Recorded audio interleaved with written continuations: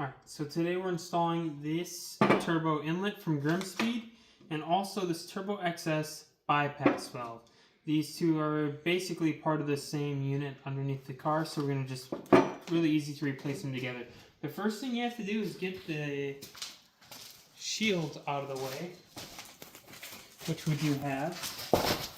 And then it's pretty easy to access everything from there. Right here is the plastic turbo inlet. This is the piece that's going to come off, and on top of it is the stock bypass valve. So the first thing we're going to do is disconnect all these hoses from it, and there's also two bolts. One of them is here, and then there's another one on the other side. Alright, so where we're at, we took this big hose off, we popped the smaller hoses up here off, we have these bolts off. Turbo inlet's actually completely disconnected now, so all that's holding it in place is the fact that it's attached to the bypass valve up here, which is still attached to the car through a couple hoses. So we're going to detach the hoses that the bypass valve is attached to, and we'll be able to pull the whole thing out with the bypass valve still attached to it. Alright, so we have the two old black plastic pieces off here. The gasket that was inside of here is going to get used inside of your new one. And also you're going to take this piece out, and this is also going to be reinstalled onto the new one, exact same way.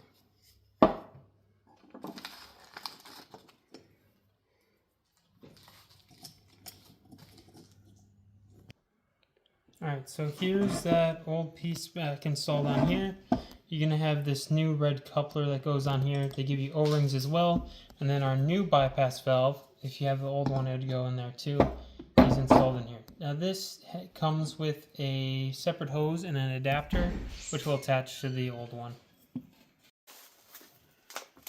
Alright, so we ended up cutting this hose shorter and this hose a little bit shorter just so it sit in there right. So now when we go install it, this is going to get pushed through a hose. Big hose is going to get attached onto here. Two hoses here, one here. That plug is going to go back in here. And then this is going to attach back up into a hose as well. And then the two bolts will lock it in place.